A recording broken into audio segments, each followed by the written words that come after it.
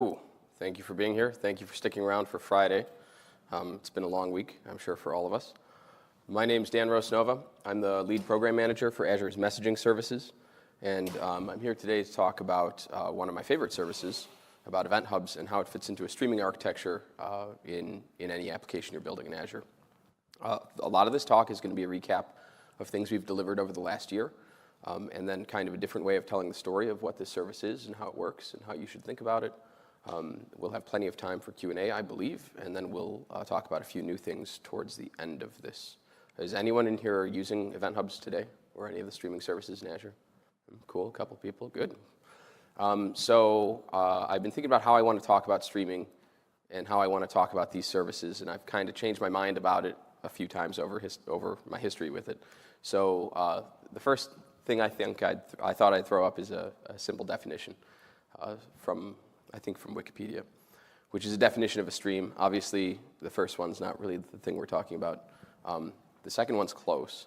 The third definition's pretty spot on, and the fourth one has nothing to do with this. So if you're here for any of the other three, I'm sorry.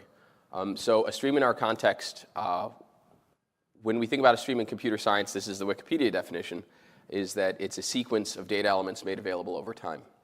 And this is interesting because it's not like normal data in the sense that it is unlimited. So usually when you look at how you process data, a function, for instance, takes a parameter, and that's some set of data. I suppose some programming environments do give you the concept of a stream. Streams are really powerful. The Unix shell is all built on pipes and filters. It's a similar concept. But so a big distinction here is that streams aren't just batches of data. They're not just chunks of data. They're potentially unlimited sequences of data. And that's what we're going to talk about today. But to put it in a more immediate context, streaming is all around us, right? Who's familiar with this kind of stream? This was one of my hotels sometime this week, I think. I took this picture just because I thought it was a good analogy here. And stream processing, or stream analytics, is around us too. When you get in the shower and you're turning on hot and cold water to figure out how warm you want that, you are effectively a stream processor there. You are feeling the water and deciding, do you want it hotter or colder? So you're gauging the temperature, and then you're actually making changes. So this is actually a pretty good analogy for what streaming is and how it works in this context and what we're going to be talking about today. And it might seem a little far-fetched, but I'm going to carry this analogy for quite a while, actually.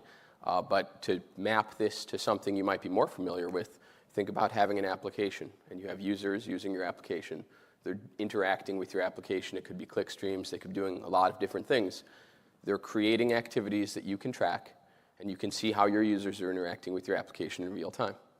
So this is the exact same thing. Here you would be taking the temperature of your users. Are they happy? Are they upset? Is it time to do a customer intervention before things go bad for them? Anyone in here interested in knowing how their customers are doing in real time? It's something we're very interested in Azure. We don't always do it perfectly, I suppose. So no one's interested in how their customers are doing? That's awesome. I know it's Friday, but are you hiring? No. So another good part of this analogy, anyone ever be in a shower anywhere and it gets suddenly hot or cold when someone turns on an appliance or flushes the toilet or starts the laundry or something? Yeah, there's a reason for that. It's a change in pressure. So you're changing pressure in that water system, and the side effect is you're screaming in the shower, either from hot or cold.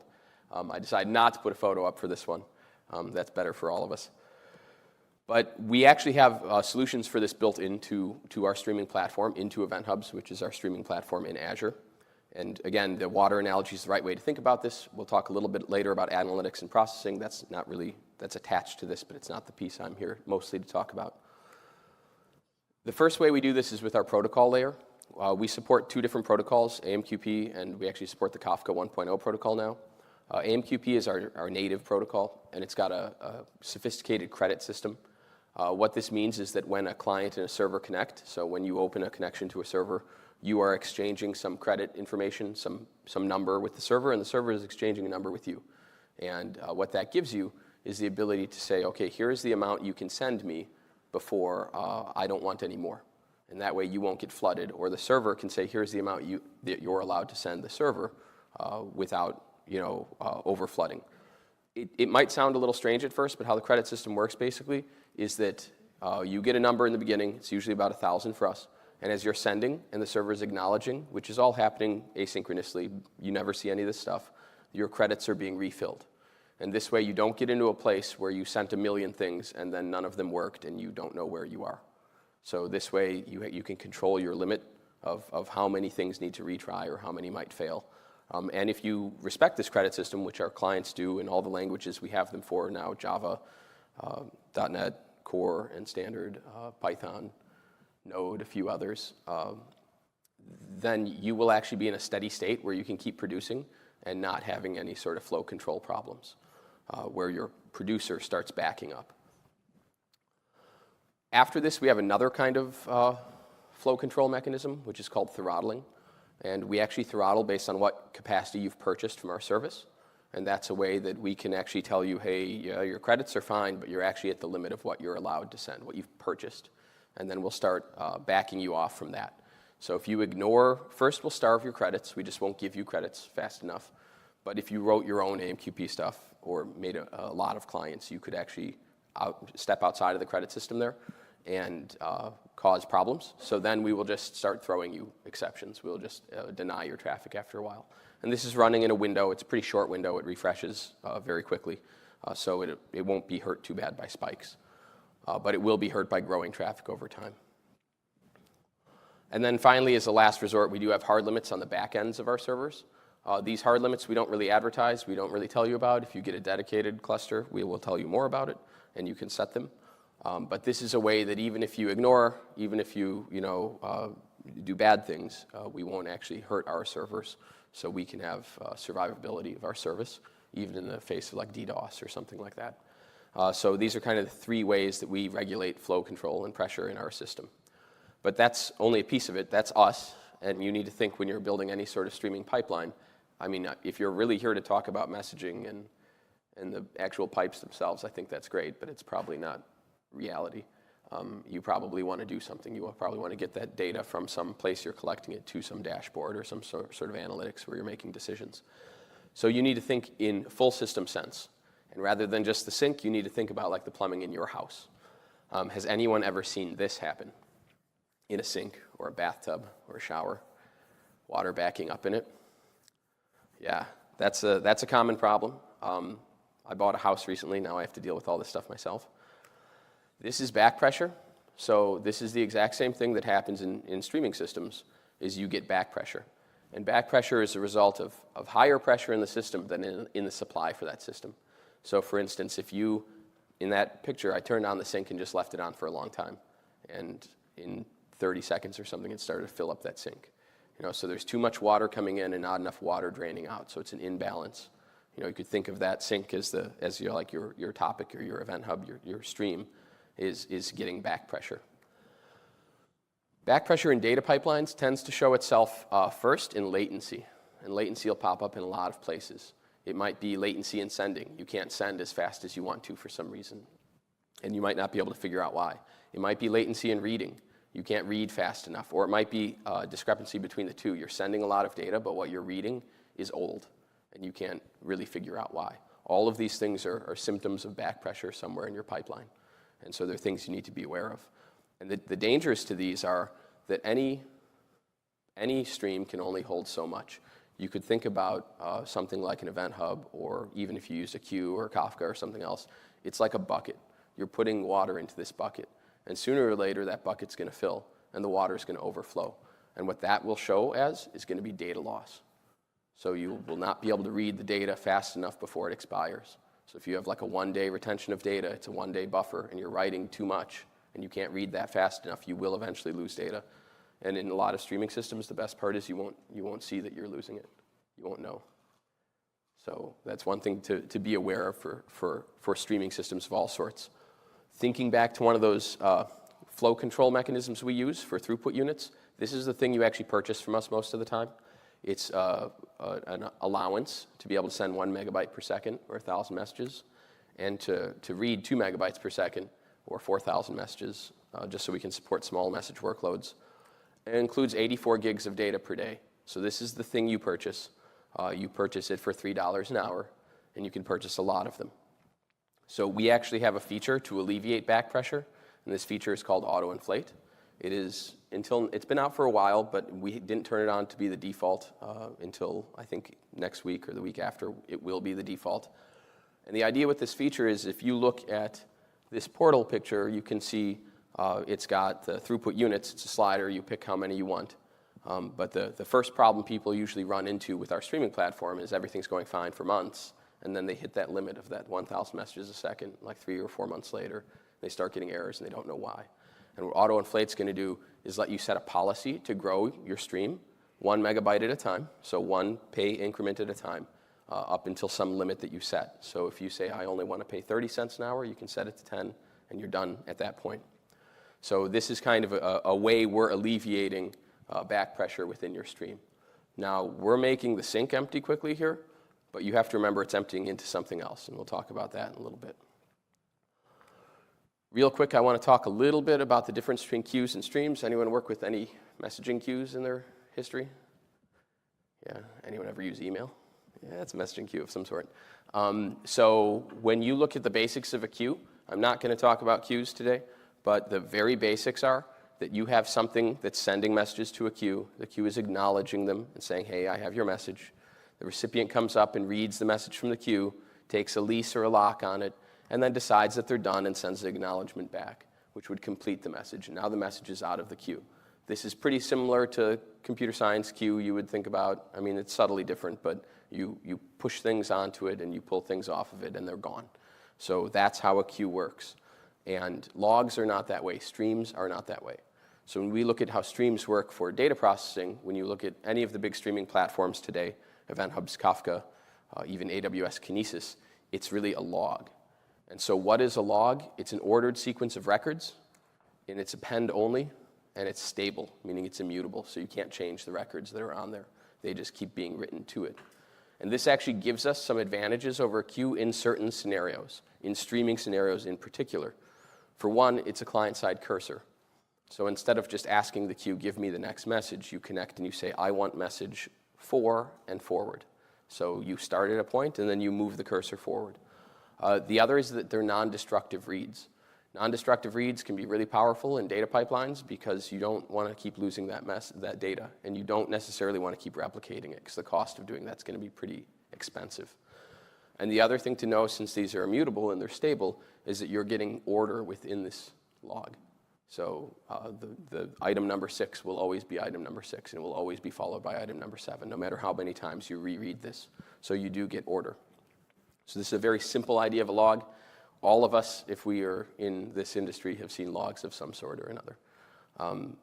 What is popular now and what Event Hubs does is move this to a partition log. We have multiple partitions. They're all independent, so they're still independent logs. They do have all the characteristics I just talked about, so there's ordering within those partitions, not between them, though. And this actually solves a few other problems. Another problem that this solves is that when you have only one partition or you have only one queue, that becomes a resource that you're fighting over, kind of like a database table, like a lock on a database table. Eventually, a relational database is going to hit a scale limit where you're fighting more for the resource, that is the lock, than you are actually doing work. And this is the way around that. It's partitioned consumer. So this is how we solve that problem about competing consumer, where everyone's fighting for the resource. And this way, you would connect to and read all of the partitions in parallel. What this really lets you control is your degree of parallelism. So how much parallel reading do you want to do? How much parallel processing do you want to do? So people mistakenly think that partitions is about throughput. In a way it is, but not in the stream. The throughput limit is going to always be your processing. And one cool feature you get from this is that you can actually get data locality. So you can actually pin data to a specific partition with partition key. So how this works is that you send your data and we just hash it. So A's values go to, if you tag something with A, it goes to partition 0. If you tag something with C, it goes to partition 3. This is a stable hash, so it'll always be the same on these partitions. And that's kind of how this works. So why would you do this, right? Why do you want data locality when you're doing this? The first reason is because everyone likes to be with their friends, right? That's always a good reason, I guess. But a little bit more than that is that When you're doing computation on that data, you're thinking about proximity. If you have multiple servers reading from these multiple partitions, and that's the whole idea of a partition consumer, so you can scale out with multiple readers and have more compute working.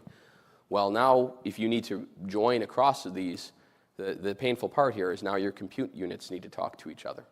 So they need to be able to share data between each other. Or everyone needs to read from every partition, which puts you back in the place of having just one partition in the first place. You've not solved any problems there. So even if you're using a partitioned log or a partitioned stream like Event Hub or Kafka, if you're not careful with this, you're going to just push the problem further downstream. So the drain will still clog. It will just be because something even further down, which is probably even messier to deal with. So data proximity is important. The way to think about that really is if you need to read across multiple partitions, and most processing frameworks will let you do this. Some of them do it invisibly or kind of invisibly, like Spark or Stream Analytics. But you are paying a cost for that, and that's the cost. And to keep in mind here, you have to remember that partitioning is really about downstream throughput. So it's not so much, like I said, it's not so much how many megabytes per second do I want to send through my Event Hub. It's how many megabytes per second can I read per compute unit that's reading from this stream. Like if you're sending to a SQL database further down, you have to acknowledge how much can I send into that SQL database. So that's the thought of the day right now, is just think about that. The next thing I want to talk about while I'm on this subject, actually, of partitioning, real quick, we'll get back out of this in a second. I'm sorry, this one's a little bit funny. Anyone familiar with CAP theorem? Yeah, so CAP theorem, this was actually after I was in university this was taught, so a few of us in this room probably are in that boat, or was defined, I guess. CAP theorem is a theorem by a computer scientist who stated that it's impossible for any distributed system to simultaneously guarantee consistency, availability, and partition tolerance. When he did this work, he was talking about network partitioning, but any distributed system is always subject to network partitions. And so this kind of gives you a choice that you have to make when you're thinking about do you want that data proximity or not, is that you have to think about what's more important to you. You have to choose between consistency and availability. And only one of these things is possible. And this is the choice you're making. So be aware of that choice. Sometimes you do need to make that choice. Other times you don't. And this is not unique to event hubs. This is just, CAP theorem is a computer science concept. So be aware of that, be mindful of it, and make correct choices. Or if you're less a computer science person and more of a literature and English person, I guess the idea would be, the question is to key or not to key. Right? So think about that and be aware of it, and just know what decisions you're making. Don't accidentally fall into them. So our default for event hubs, as well as the default for Kafka, is to just send across all partitions. So if you just do that, you'll get a good distribution of data. You won't get any hot partitions. You won't get order, but at least you'll get good availability. So on our service, if a single partition is down and you write to us, we will write to the next partition. We don't even try for one that's maybe doing a load balancing or something like that. So now back to some reality from this. Thinking about, okay, you have this stream, it's great, it solves a bunch of problems for you. How do you want to process the data that's in this stream? So there are really kind of three ways to think about how to do this, and it's what tools you want to use. The first is, do you want to be code-free and serverless? So do you want something that, just like Event Hubs, is really just a service and it's just going to run and you don't really do anything with it? Do you want to do sort of frameworks or use frameworks you're already familiar with, things like Spark? Or do you want to do custom code? And so those are the choices you have to make. They're all valid choices under different circumstances, but I show them this way because I think the vast majority of cases can be solved through a service-based approach, which I'll talk about next. And then after that, you kind of get to the cases that sort of filter you down to more and more work you're going to have to do, but more and more control you're going to get as you get there. So Stream Analytics, anyone using Azure Stream Analytics today? If you're using Event Hubs, you should at least look at it. It's a very good service. It gives you a declarative SQL language. We'll actually look at Stream Analytics a little bit later, just a little bit. There was a good session Wednesday about it that I'm sure I think was recorded. The idea here is that it's out of the box, quick to go. It's directly integrated to Event Hubs. You can actually get started with this in like 2 minutes if you're doing something simple. So and it's SQL-based, so something like select star with a declarative language. One cool feature for it is that it's available on the edge, so there is an edge runtime for it if you're doing IoT stuff. Works on our IoT edge. And it is just like Event Hubs, it's a pay-as-you-go service, it's pay per hour, and you can scale it in place. And it does have an SLA in place, just like most Azure PaaS services. After that, you would think about processing frameworks. So if you want to actually use existing frameworks, there are a lot of them out there. There are a lot of cool ones in the open source space. Apache Spark is a good one. And you have a choice to either run that yourself or use Azure Databricks for that. Databricks is a cool service for Spark in Azure. It's very slick. It's integrated directly into all of our toys. Another is that you could use other things like Storm or Flink and other things that you can run in HDInsight or you can run on your own compute. And you can either use our services for these or you can just run them yourself in like generic IaaS or VMSS or Kubernetes clusters is what I see a lot of now for people doing stream processing, which is, actually that's a talk I'm going to give next week, but if you're interested in it, we can chat about it at the end. So the last option is writing your own code. This is actually kind of where we started 4 years ago with this service, sending people, is to write your own code. The code's not that complex. This is code, this is real code for actually sending to an Event Hub. I have this running on my computer right now. So this code's trivial. It's not really doing much. It's just sending pretty static data. But what you can see is all you're doing is you're creating a client from a connection string. You're creating a message. So that message is some JSON in this case. I'm adding some properties just to show that you can do it. And then you call send. And whenever you're dealing with our services, you should always use our async operations. Our clients, even if you call something synchronous, it's async behind the scenes. So the only one blocking is you. Just if you're, every major language has some async support right now. For .NET, it's pretty easy. You can just use tasks and wait. For Java, it's similar. You just use completable futures. I have that I'll show in a second too. And if you really want to get the most performance, when you're sending async, you just want to kind of be in a loop where you say, I'm going to send up to this many messages, and then await on all of them. A dangerous thing to do is just call send async and not wait, and not wait ever. Because if you sent a million things, they're just kind of queuing up locally. It gets to that local back pressure I talked about.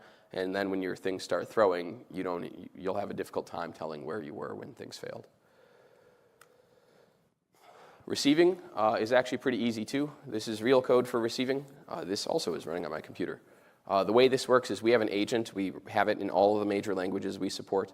It looks the same in all of them. It's called Event Processor Host. You create it somewhere in your application, host it wherever you want. You give it your Event Hub name, the SAS connection string to your Event Hub, and a storage account. Actually, we do use a storage account for it, which I'll talk about in a second. And then you implement this interface, iEvent Processor. I've implemented it here. It has 4 methods. I'm hoping everyone can guess what those methods do. I won't really explain them. But you can see the important one here, which is the process events async. It gives you a partition context, so you know which partition these events are from, these data came from. And then it gives you an enumerable of messages. So you're getting a collection or a stream of messages. You can control all these things, like how big do you want that to be maximum, through this processor, through options when you register it. But how this looks at runtime is pretty slick. 4 years ago, 4.5 years ago when this was new, I was super impressed by it. I still am to a large extent. And the reason it was very impressive is because orchestrators have come a long way in that time. So 4 years ago, there weren't a lot of quality orchestrators for distributed computing. And they were all kind of peer-to-peer based. And some, like Zookeeper, were heavier weight than others or harder to run. When you run Event Processor Host, this is exactly how it works. You have a virtual machine, say, and you're running it. And it's going to look at your Event Hub. It's going to see how many partitions do you have in that Event Hub. And then it's going to create a instance of your processor class for each partition. And if you're the only one running, it will get all of them. It's going to use the blob storage account as a lease mechanism. So it creates blobs for each of the partitions, uses blob storage leasing to make sure you have a lock on that so no one else is reading it.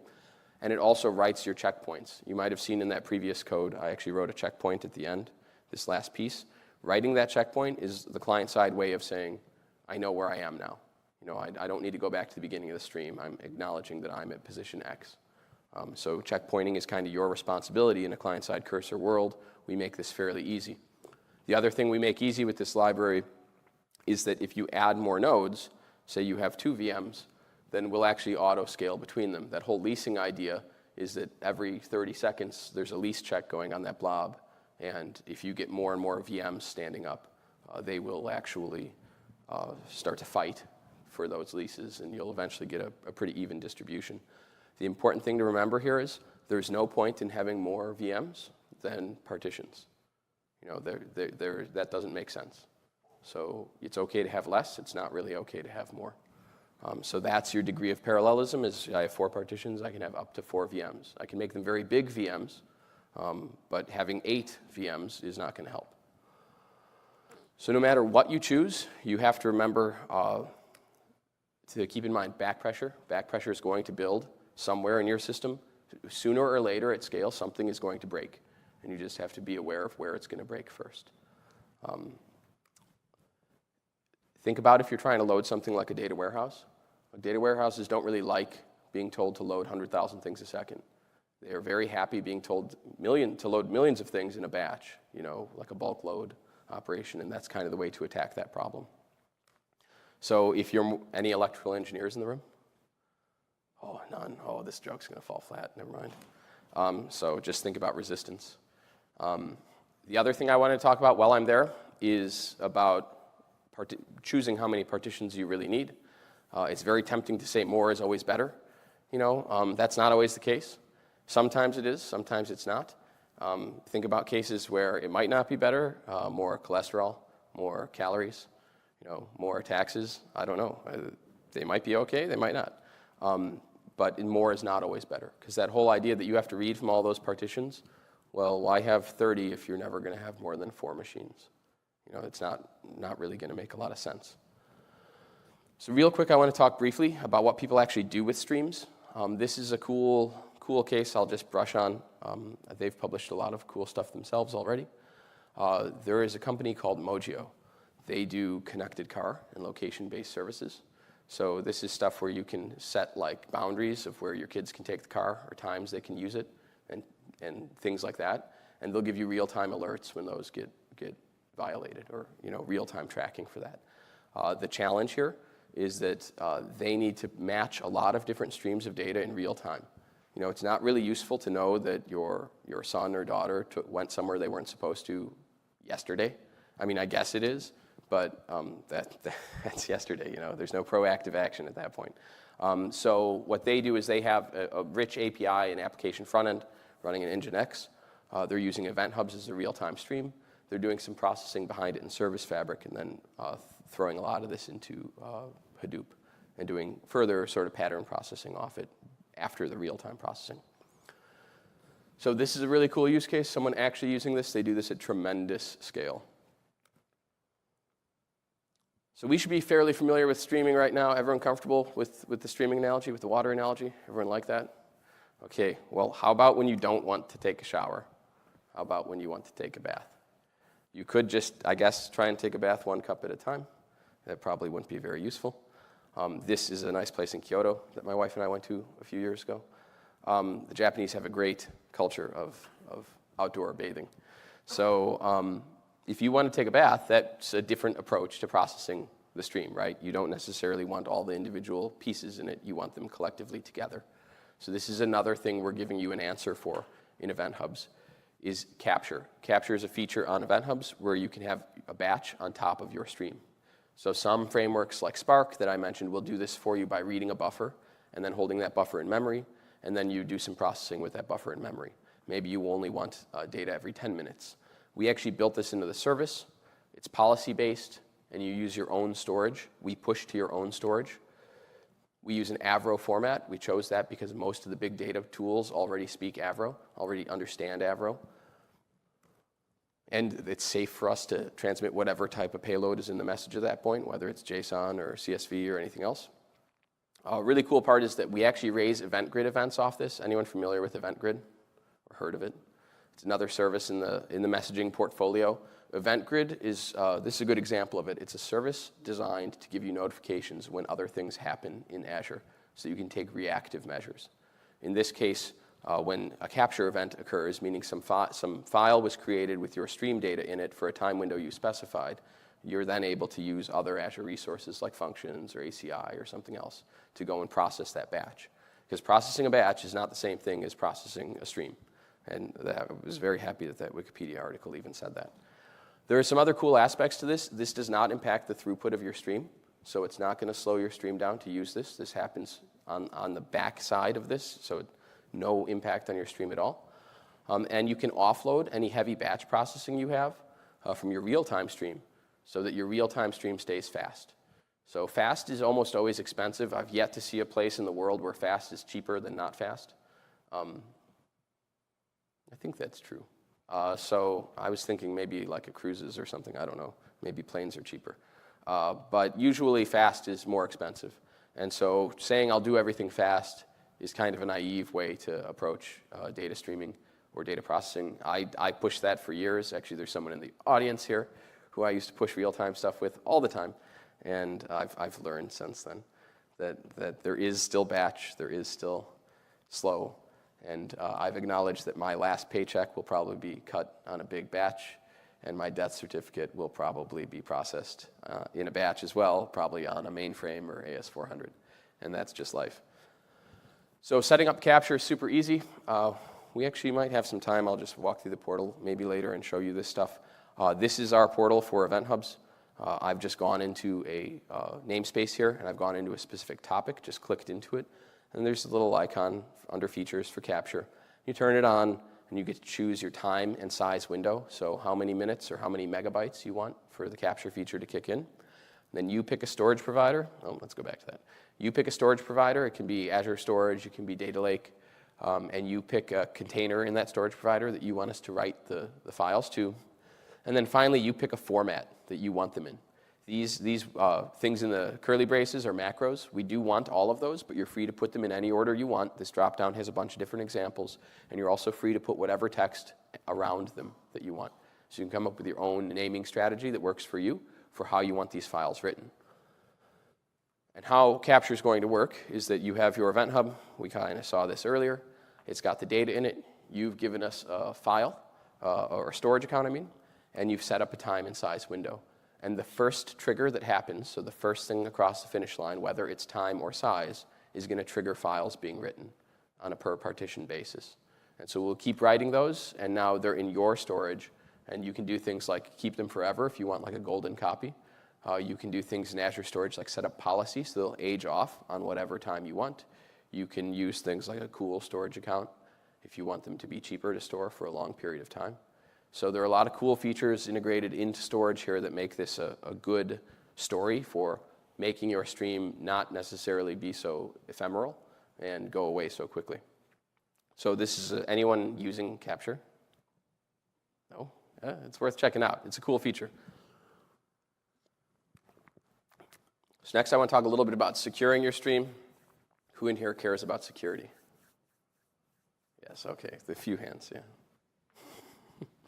So a few things I wanted to throw out just first, that everything in all of our messaging services, but Event Hubs in particular, is always encrypted all the time. So all of our services require TLS and SSL, so one or the other. We do not let you do plain text communication with our services. So you are always encrypted in transit. And we use service-side encryption in our storage, so it is always encrypted at rest. So we have no sort of data exfiltration leak from disks or anything like that. So you're covered there. If you're very interested in bring your own key and things like that, those are features we'll bring to our dedicated tier, which I'll talk about in a little bit. There's also managed service identity. Is anyone familiar with managed service identity yet? This one's been sneaky, yeah, a couple people. This is actually probably my favorite feature in Azure all up that's been happening over the last year. You saw earlier in my code example, I had a connection string. If I scrolled over enough, you'd have seen a key in that connection string, and that's a secret. So like that's a way to access that resource. So that's kind of not necessarily good. You have to be careful when you're storing secrets places. Managed service identity is a way to end that. So it's giving you AAD identities. So you can have your compute or your resources run under an identity in your Azure Active Directory, and then you can grant that compute access to different resources in Azure. And then when you do that with something like app service supports this, VM scale set supports this, then you can actually give the connection string as just the DNS connection. You don't have to put the key in there because our client will see that and know, hey, use this identity. This is in preview now. It is going to be GA soon. We have samples for it up on our website, our doc site, which will be at the end of this.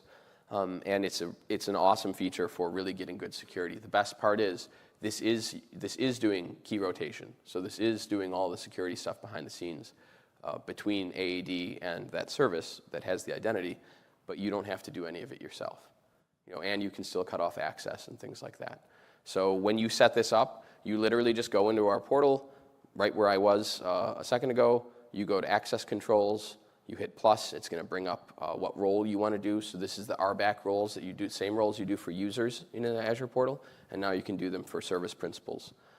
And this way you can assign which exact service principal do you want to have what access. You get the same things that we have already, which are like send, so listen, I guess we call it send and manage. So those are the operations you get to grant on an identity basis. And it works with groups as well. Next for securing, I want to talk a little bit about VNets and IP filters. Anyone using VNets in Azure at all? I would expect all hands actually, but I'm surprised. Maybe you're just tired. So one thing we did recently, over the summer actually, we added VNet service endpoints. So now you can actually make your Event Hub only available to resources within a VNet. So when you turn this on, you're actually turning off public internet access to that endpoint, to that Event Hub. And now you can only access it through your own VNet. You can have multiple VNets. You can set the subnets for them. So this is a very cool way to have control with your existing infrastructure. Beyond that, we also have IP filtering. IP filtering is for situations where you aren't necessarily using VNets, but then you want to be able to filter public internet traffic. And this is a policy-based setup as well. We like policy stuff.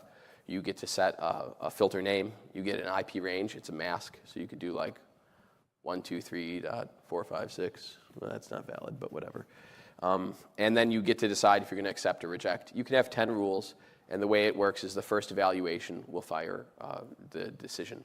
So if you put a reject on 0.0.0.0, nothing will get it. So don't put that one first if you plan to use this. The next I want to talk about a little bit was monitoring, monitoring your stream. So there are a few ways to monitor in here. We have pretty cool portal-based metrics, which I'll probably show in just a second. I have a picture of them, but I'll probably show them live as well. The portal-based metrics, just when you go to our overview page, you'll see them. If you scroll down on this, this is for namespace-wide traffic. If you scroll down on this, you'll see your individual event hubs, or in Kafka land, you would call them topics, and you can click into them and see. And you get to pick, what time view you want to see and what sort of metrics you actually want to see. If you want to be more deep about this and more integrated into like a wider monitoring platform, Azure Monitoring actually supports, Event Hub supports Azure Monitoring. Literally, actually, because in the background, all of our telemetry is going through Event Hubs anyway. So your Event Hubs publish metrics that go through Azure Monitoring's pipeline, and then you're able to get those metrics. There are a lot of metrics in here. I'm showing here just incoming bytes. And you can actually set metrics and alerts on this, and that's a cool thing with Azure Monitor, is that you can use the same alerts for any service. So CPU utilization, memory pressure, things like that, and then you can say megabytes. So if you want to see, is no one reading your stream, there's outgoing bytes as well. So that's a really good alert to say, hey, if my outgoing bytes is 0, something's really wrong. There's a problem. And so that's a really good alert to have. And then last but not least, we do have code-based metrics. And when I say that, I don't necessarily, there's API for all those metrics if you want, but these are inside-out monitoring. So these are metrics that are available within our clients. In this case, I'm showing some for the lowest level reader we have, and I didn't show this today, but it is there. A partition receiver, which is like the thing that actually connects the partition and does the reading. We do have this runtime info metrics on it, and so you can see things like the last in-queued offset. So what is the last offset that was written into this partition? What was the time that it was written at? And what was the sequence number? The offset literally is just a storage location, so it's just going to grow. The sequence number is a monotonically increasing number, so it gives you basically a way to see how many messages, not just how big is the backlog. And then you can actually see the time at which this was called so that you can tell what is the drift. So if you're getting, when you get the message, you're going to have the current offset and sequence number in it, and you can use this to see how far behind am I right now. And you can do that from within the process of the reader. So you can do both outside-in monitoring, like Azure Monitor, and inside-out monitoring, like this type of code-based monitoring. Next, I want to talk a little bit about planning for disasters and being prepared for them. First and foremost, Event Hubs is already HA, so people ask about high availability. Event Hubs is HA. It runs on Service Fabric clusters. This gives us a lot of availability for the platform. Any one server going down is not going to hurt us. A number of servers going down is not going to hurt us. For standard and basic, you're in a very large cluster with a lot of machines. There's a lot of durability in there. We do actually have availability zones available now. So the 3 regions, I think it's Central France and somewhere else, that have AZs fully available to the public. You can actually, when you're creating your Event Hub, it's an option to decide if you want availability zones, if you want to deploy it into an AZ. And what that means, anyone familiar with AZs, with availability zones? Yeah, there's probably a cool talk this week about it. They're cool. It's a great feature.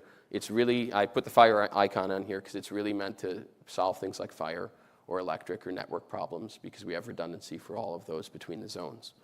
And then last but not least, we actually do have a GeoDR feature already within our service. So that is a feature that you can use for something, a bigger disaster. And when I say a bigger disaster, what do I mean? I really mean something like this. So, or maybe more precisely an earthquake. I guess Godzilla might only attack 1 data center, not 3.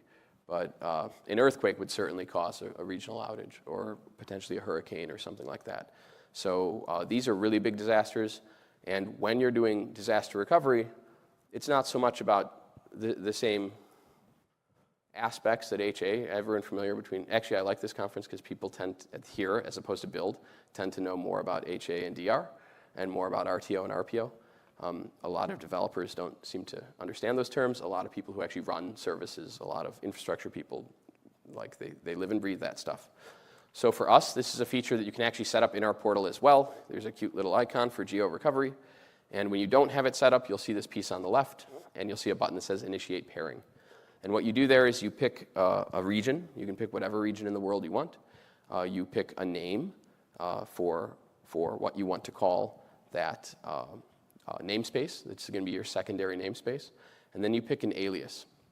And the idea behind an alias is that an alias is a regionless DNS. And from that point forward, you should use that DNS to communicate with your Event Hub. We do have a feature in our CLI and PowerShell for you to actually upgrade your existing domain name, your existing namespace name, into the alias so that you can set up a pairing and you don't have to change anything and it'll just work. There will be a few minutes of downtime while we flush the DNSs and redirect everything, but that way you can do an in-place change. And like I said, you can actually set this then from anywhere to any 2 regions. You pick. It's up to you. And you also, importantly, you actually control the failover. So you can come into the portal and kick off a failover. You can do it through CLI or PowerShell. It's really just an ARM command, so anything that speaks ARM, which is most of the SDKs, can trigger this. And we don't do it automatically because DR is not a trivial thing. Like when you're doing a DR, like you're probably having to coordinate a lot of things to move for your DR. If a data center, if a whole region of Azure is really down, you probably have to move your compute, you have to move other stuff. And this way we're letting you coordinate that together. And that's why it's a good idea to use like CLI or PowerShell or ARM templates to do this sort of thing because you can spin up your DR all at once. Anyone using GeoDR? Yay, 1.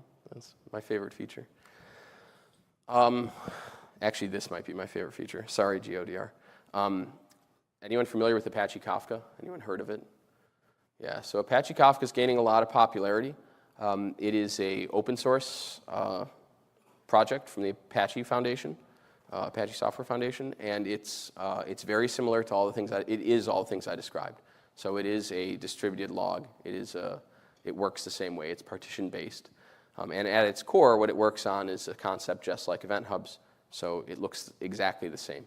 It's grown over time and added more stuff to it. And we've actually come to embrace it a lot. So what we actually did in May was we added the Apache Kafka 1.0 protocol to Azure Event Hubs. So now instead of speaking to us through AMQP, which is an ISO OASIS IEC standard, you can actually use Apache clients to speak with us.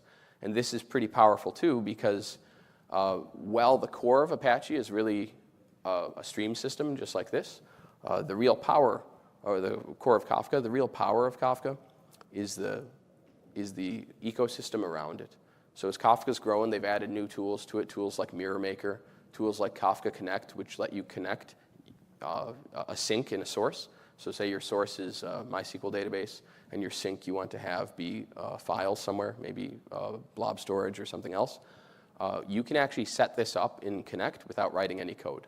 So it is something you just configure and you start. You can write code to make it do exactly what you want, the type of mapping you want. But it's very easy to get started with almost nothing. And it's pretty lightweight. And it uses Kafka topics, which are like event hubs behind the scenes, as the transport mechanism. So you don't really see them, but they're there.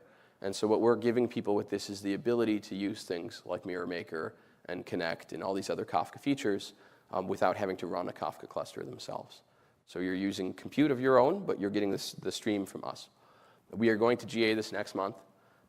We are going to offer this for no additional cost. And it will work with all the Kafka defaults. So 1 megabyte messages, even in standard, we're going to turn that on. We are going to roll this out globally over the rest of the year. We were thinking about just turning it all on now, but we run about 2.2 or 2.3 trillion requests a day, and we generally run it on 5 to 6 nines of success rate.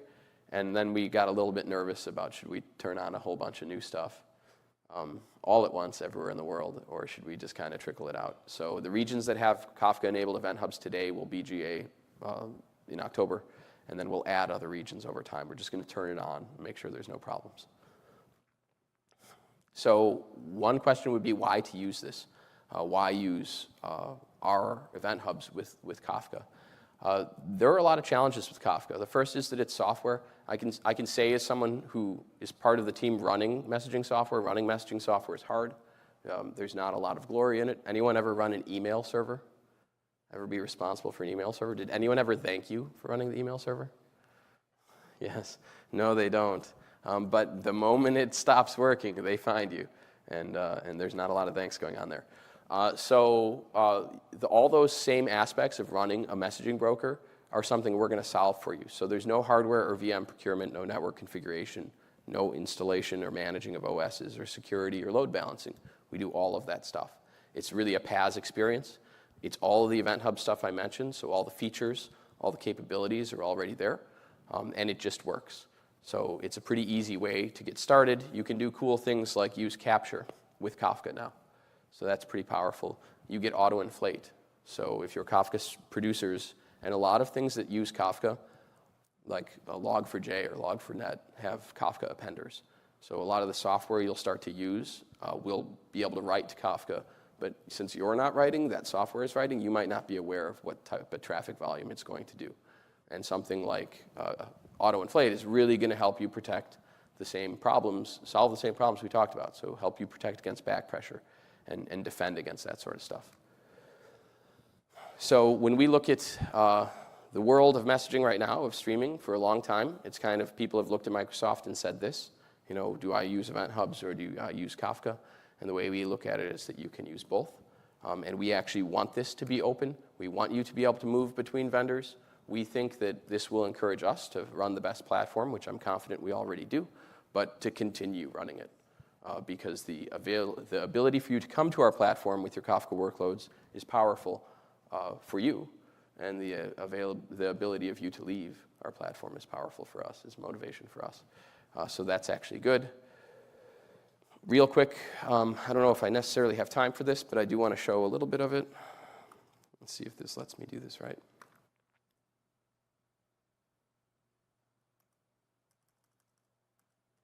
You see my screen? Yeah, cool. So this is a Kafka producer. You can see that this code, I actually wrote this in Eclipse, but I didn't want to load up Eclipse right now. You can see that there are no Microsoft packages in this. There's just the imports, that is. These are just Kafka and Java imports. The package that I'm declaring for this is just the sample itself. So this is a Maven application. and I've got a producer. When I'm creating it, you can see what it looks like. I have this start sending call, and you can see that this looks, other than the setup pieces, which are these properties, sending looks a lot like Event Hubs did. So it's producer.send. This is an async call. I'm actually awaiting these tasks while they happen. So the cool thing here is that this Java code that's already here for talking to Kafka, the things I had to add to it to make it work were, one, I just had to set the bootstrap server. That's a Kafka thing. You always have to do that. You tell it, where am I talking to my Kafka brokers? For us, it's one IP or DNS all the time, because we have a virtual IP that all of our machines live behind. So it's not a list of IPs, which is what you would usually do in Kafka, an IP for each broker. Then you do have to authenticate with us. So you have to set your security transport to SSL. We require that. And your mechanism to SASL plain. So that's what we do. And then you set up a JAS configuration. And this just tells us a username and password, basically, which the password is, the password is your connection string to your Event Hub. You get it out of the portal. You put it in here, and it looks just like it would somewhere else. So your exact connection string. And from this, you get to still do all of the other things like retries, batch size, all the normal Kafka stuff, and this just works.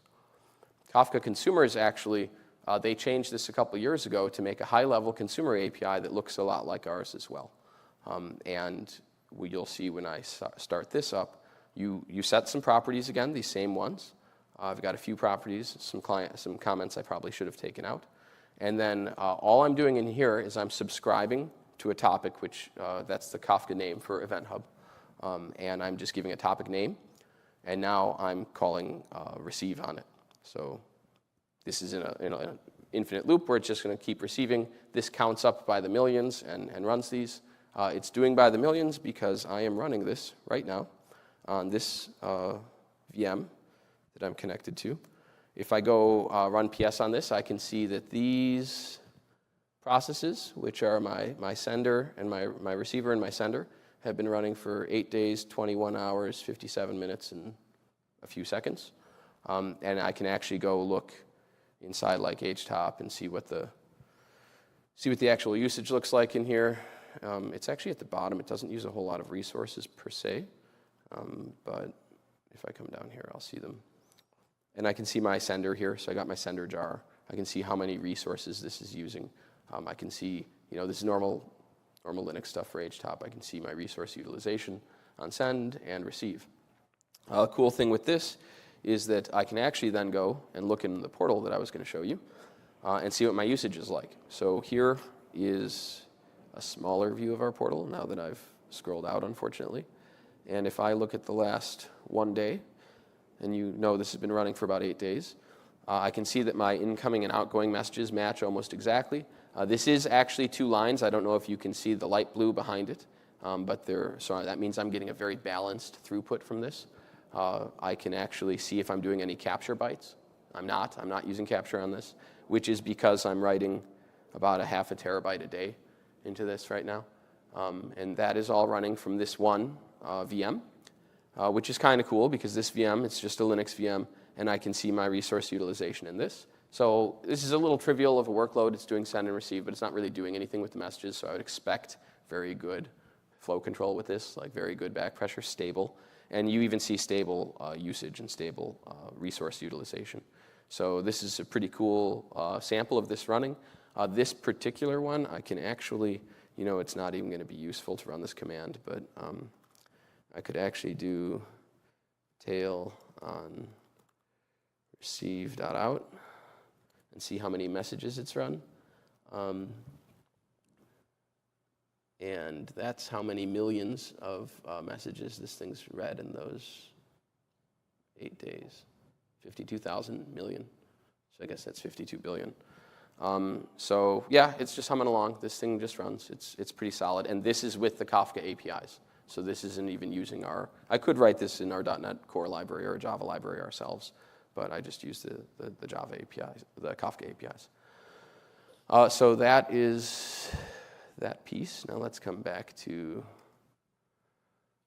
going big with streaming. This is a fun one to talk about. So how do we sell Event Hubs?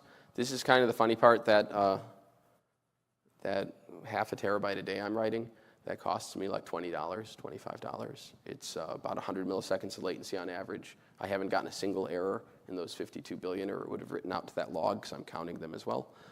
So it's pretty solid. I'm using the standard tier for that. I've got auto-inflate on, so it just grew to what it needs, which is right now about 8 megabytes per second, which doesn't really sound like a lot at first, 8 to 10 megabytes, until you realize it's really writing a half a terabyte a day. So that's pretty solid.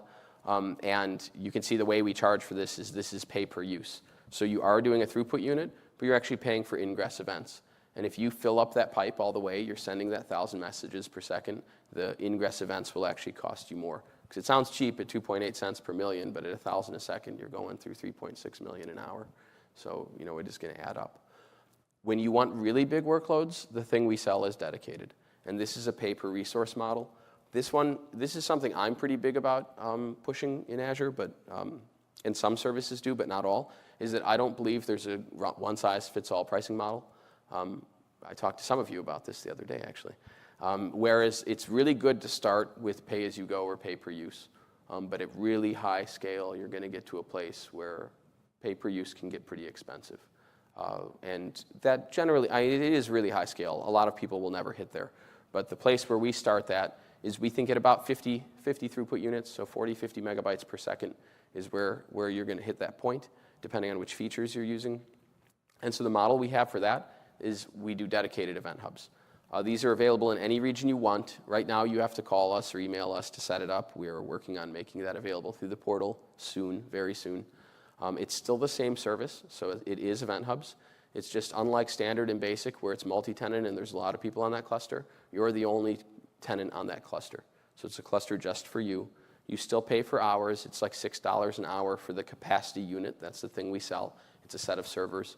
You can stack capacity units up together to make a bigger cluster. You don't have to have any downtime or anything to do that. And here's a table that shows some examples of what we did recently with one of these clusters that had 4 capacity units, which, yes, is a pretty big cluster. But you can see the kind of workloads it did. So if you're sending 1 kilobyte messages and you're batching them 100 at a time, we were able to sustain for days, for multiple days, 400 megabytes per second of ingress. And we're actually reading this twice, because what we've seen is that a lot of people actually read their stream twice. I think if you use capture, you might be able to get away with maybe less, but usually each type of processing you're doing, you're going to have a reader for that stream, unless you make your readers really complex, which is kind of a no-no in a lot of situations. And then you could see that if you change that workload to 10 kilobyte messages, the same size of what you're sending on the wire, it's just they're bigger messages this time, you're actually getting higher throughput. So you're getting about 166 TUs out of these 4 capacity units. Out of each of these 4 capacity units.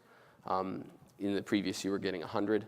And then if you're sending larger messages, still like 32 kilobyte, this is kind of where we get into a real sweet spot where we're able to sustain a gigabyte per second on something that's costing you, it's like $24 an hour, but it's a gigabyte per second. Like, that's a lot of data. I can probably count on my 2 hands the number of customers that need that, that we have. I'm not going to, I don't think Facebook or Google or Amazon are going to use this service, so I guess I don't need to count them. But there's not a lot of people that need more than gigabyte, but we can do it if you need.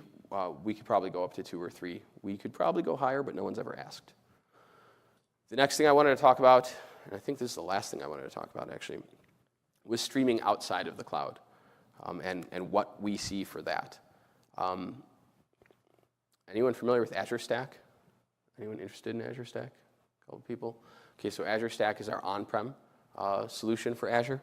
It is a hardware and software package. And there are places where Azure Stack is pretty compelling.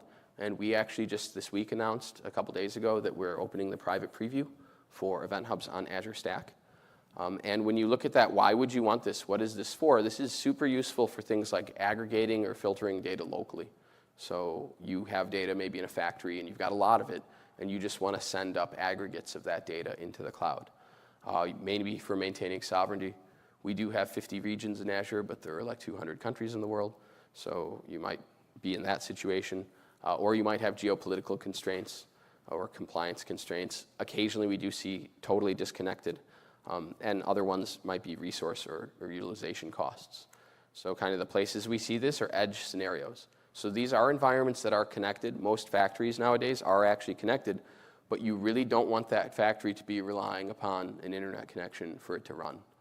That's pretty common. I mean, running a factory is extremely expensive. You're paying for all the equipment, all of the power, all of the people within it. So any downtime in that factory is pretty bad. But what you might be doing is producing things and taking measurements and all the SCADA data you would do today. And then you want to push those aggregates to a place where you can actually store them long term, where you can do analytics over time. I mean, I know pharmaceuticals, for instance, keep data on all of the telemetry in their production plants for years in case there are recalls or problems and they want to trace down exactly what happened. So you could either start jamming more and more disks into your factory, or you can offload some of that work into the cloud in like a hub and spoke model like this. And some of these might be cost related, like latency constraints. There's still a lot of factories that are only really connected through satellite or through like one link, rather than the big fat bandwidth stuff we usually get used to. I feel more for these scenarios now after this week here, because my wireless networking has been poor everywhere I've gone. In my hotel, it was absolutely useless. I was getting like a 50% ping drop rate last night while I was preparing for this, and it was upsetting. So that would have been a good case to have Azure Stack. Another one, sovereign data. This is pretty big. The EU is not the only place with these regulations, so there are times when you want to keep your data where it is for legal reasons. And you still want to have a consistent architecture. So maybe you're running in a region that doesn't have an Azure region yet, and some of your business is in places where you can run in Azure. And you don't want to write two solutions for that. You want to write one. You want to make them look and feel the same and run the same and get that sort of power. So the last one is then totally disconnected scenarios. This was the best icon I could find for disconnected scenarios. Although I guess with the underwater data center stuff, I guess those are connected. So now I'm going to demo Azure Stack real quick. And I hope this shows up well, because I thought this session was going to be earlier, and the person who was going to give this demo actually left already. So what we're going to do here is we have an Azure Stack with event hubs running on it. We're going to create a bunch of telemetry data. It's going to be wind turbine telemetry. We're going to run event processor host on the Azure Stack itself, and then we're going to filter. We're going to make aggregates of that data and push it up to event hubs in the cloud, and then use Stream Analytics and Power BI to process and display the data. So if we start now, I'm going to play this and walk it through. These are the components that are in here. It was actually hard to bring an Azure Stack here, so we had to remote to video it. And so the events are generated on-prem. You can see what these look like. They're called a power event. It's just a raw little piece of data that we're going to be publishing into event hubs. And the input that we need to make that work is the Azure Stack event hub connection string. So that's the local connection string on the Azure Stack. We have an aggregator application that's running on the Azure Stack. It's just an event processor host. It's just going to read the event data and then make averages out of them. It's going to let us choose how many we want to average together.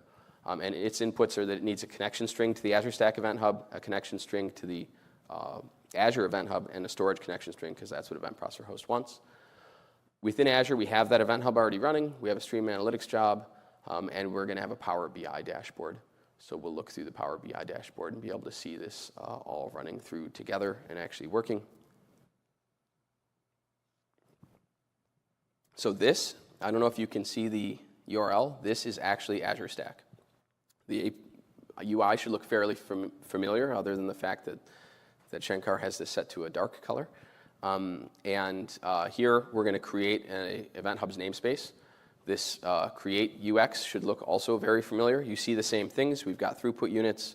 We've got enable archive, auto-inflate. We've got capture. So we've got some cool features on here, all things you would expect. Here we're just going to create a namespace, give it to a resource group, and not do any of the other features. This is still fairly early. Not all of the features work yet. It is a preview. And so now we're creating that. And while we're waiting that to create, we're going to go look at an existing namespace and see what that looks like. This is the same type of portal. It's all the same things. It's a subset right now, but you still see all like the scale tabs and stuff. And here when you come in to create an Event Hub, you see the exact same things. So you see partition count. You see configuring capture and the storage count and all those things. So we're not going to turn on capture. We're just going to create the Event Hub. And now we're going to go look. While this is coming up, we're going to refresh. And there it is. And we can go into that Event Hub, and we can still do the things we do in the cloud, like adding consumer groups, like adding shared access policies. So I can give someone a key or a token just to this exact Event Hub and just with the permissions I want. So you can send to just this Event Hub. This is a managed one in this case, but it's just an example. And now we're going to, owner, yeah, that's great. And you can see the connection string here. We're going to paste out the connection string just so you can see what this exactly is. And you can see this is actually the DNS. This is not in the cloud. So this command line window is now running from the local machine, like the developer machine. And you can see it can't reach that destination because that thing's not accessible from the internet, not accessible from Azure or our laptops. And now we're within the Azure Stack itself, RDP'd in. And you can see that we're getting a ping back from Azure Stack. So we're running in the same network next to the Azure Stack, so we're able to do this communication. Now we'll walk through the code really quickly, just so you can see what's happening. We're going to start the event generator application. The event generator is a very simple command line application. It's going to take only, I think, 2 parameters. And those parameters are going to be the connection string and the name, it's 3 parameters. The name of the event hub and how many messages per second we want to send. In this case, we're going to do 2 because we actually want you to see that this is really working, that it's not just a bunch of stuff scrolling by on screen and fake. So now we're sending JSON. You can see it going in the background there for just a second. We'll bring it back. Now we're going to go look at our event hubs. This is the local event hub in the Azure Stack. You can see that what it's getting here, it's getting some traffic. The charts aren't there yet. They will be eventually. And now we're going to go start the consumer, which is the aggregator, so the local aggregator within Azure Stack. This is the piece that's going to read from that event hub with event processor host. It's going to just aggregate whatever number of messages we give it and then write a new message. In this case, it's just an exe, and it takes 1 parameter, which is the number of messages to aggregate. It also does have a config file because we didn't want to put this many connection strings on a command line. It's just a disaster waiting to happen. So this config file has an event hubs connection string for Azure Stack, an Azure connection string for the event hub that's up in Azure. And you can see the servicebus.windows.net domain in there. And then it's got a storage connection string. So when we start this, now this is reading from the local Azure Stack, and you can see this aggregation event that it's printing out is the actual aggregate of the 4 previous events that it read. And so now it's just going to write an aggregate every 4 messages. And if we leave the Azure Stack, you can see this is the Azure Stack by the IP address on it. And we go look in Azure itself. Here's the actual public Azure. This is a Stream Analytics job. Its input is an event hub. Most Stream Analytics jobs use Event Hub as an input. And now you can use Stream Analytics with Kafka as well, because your Kafka producers can be read by Event Hubs with this. We do protocol translation. Here you can see the output is a Power BI dashboard. So this output of this job is going to Power BI. And the query itself is very simple. This is a select star query. I don't know how well that's showing up. But you can see this is how easy Stream Analytics is. This is just a simple select star from input to output. So we're not actually using any of the cool Stream Analytics features here like time windows or anything else. But it is a quick, cool overview of like, hey, this is the thing that Stream Analytics is. Stream Analytics would actually be a better tool for doing this aggregate if we had like a way to connect these two through a firewall yet one day, or when Stream Analytics is on Stack. And now the last thing we're going to do is go look at the Power BI dashboard. And it's going to show us a line chart and a tile. And the line chart is the live traffic that's coming through, the values of the averages, because remember this one's averaged. And the tile is the last output, which is the aggregate of those. So here you can actually see, I don't know how well you can see that, but you'll start seeing these numbers will match. The average is the second to last number. So I see the last one's 58, and I see, or 53, and I see 53 now. And now it's 40. And I see 40. Let's highlight one of these so you can actually see we're not making it up. There's 37. And so that is Azure Stack actually running, reading data locally, filtering it down, and pushing it up into Azure, and then using the rest of the Azure Analytics pipeline behind it. So this is a pretty concrete example of Stack in action. If you're interested in Stack, I think we have a link at the end of this to get more information. And if you're interested in being part of the private preview, please let me know. We do expect this to be GAing next year, and then we're going to actually start onboarding all of the other Azure messaging services to Stack as well, so Service Bus, Event Grid, everything that we have. So we're pretty committed to Azure Stack, and we need to be there to help everyone else out. So, the funny thing with streaming stuff is all your companies, even outside streaming, right? What's everyone asking for every year? It's lower budget, do more with less, do it faster, do it more reliably. And an easy way to do this is to stop running your own streaming infrastructure and start using our streaming infrastructure, or to start moving from at least some of your workloads from batch to real time, and start with the high value ones. And you can do batch and real time on the same stream. We're going to support you for all of this. What we're giving you is messaging Zen, so streaming Zen. So this is pretty easy stuff to use, and I hope you'll take advantage of it. I'd like to take a few questions if you have some time. Have any questions? We have like 5 minutes. Anyone? Sorry, that was a lot of information to throw at you in 75 minutes. It was a lot for me to say. God, I'm exhausted. Yeah, I pretty much think that I can explain anything in 25 minutes, but maybe not that much. Okay, well, if there are no questions, these are links for you to get more information. This is a great way to contact us, is the Ask Event Hubs alias. There's also a site for Event Hubs on Stack. We do have GitHub repos for all of our clients, as well as our docs. And check out our blog for more information about Event Hubs. Thank you very much. And do please fill out your evaluation.